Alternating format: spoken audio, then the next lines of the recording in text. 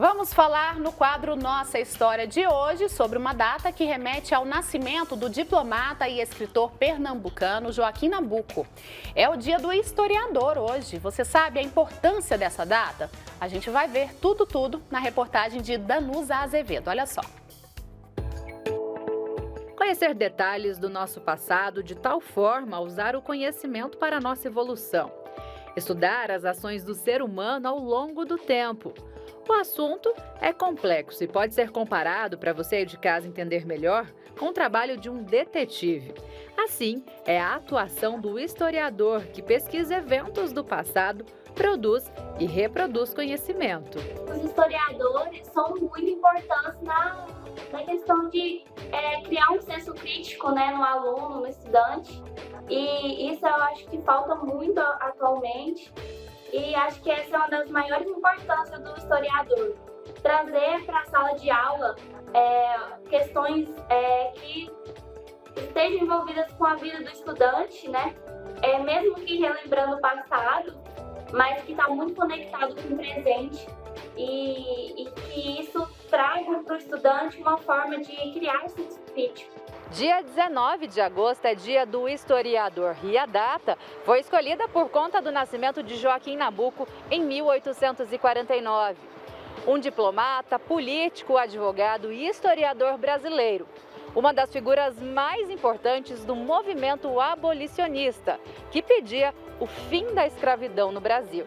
Esse olhar sobre o passado ele vem muito conduzido por questões que estão dadas no nosso tempo presente.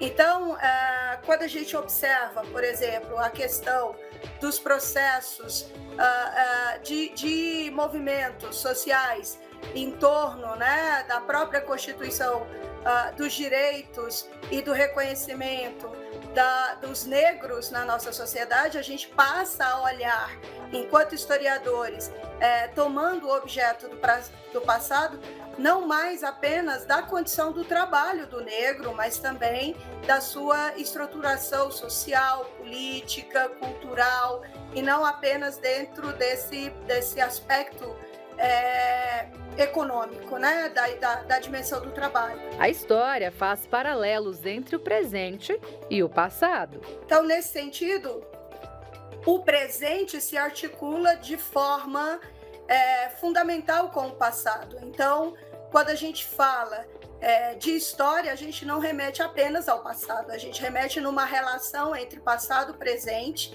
né? E ao fazermos isso, obviamente estamos aí lidando com expectativas, com horizontes. E abrir esse baú de memórias e conhecimentos fez com que a Isadora Carvalho decidisse investir nesse estudo.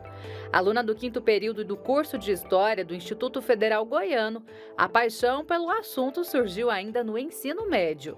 No primeiro ano do ensino médio, eu já queria fazer História já. E sempre foi uma paixão mesmo, na escola sempre me dei bem mais em História.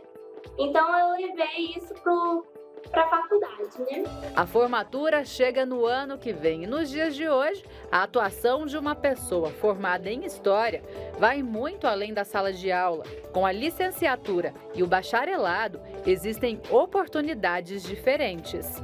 E ter um mestrado, um doutorado, então a gente sempre quer seguir nessa área. Acho que a maioria dos estudantes, né, precisam continuar nos estudos, né? Para que tenha mais conhecimento mesmo na área.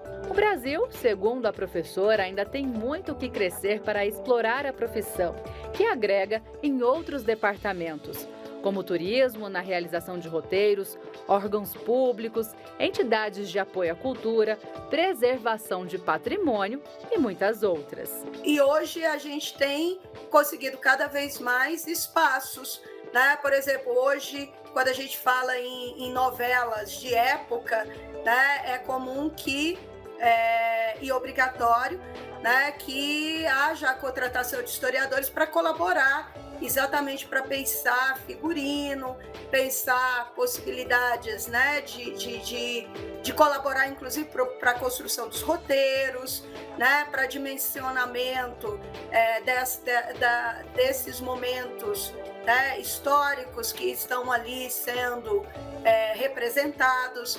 Então, os historiadores a cada vez mais têm conseguido espaços que antes não estavam dados, e a TV é uma delas.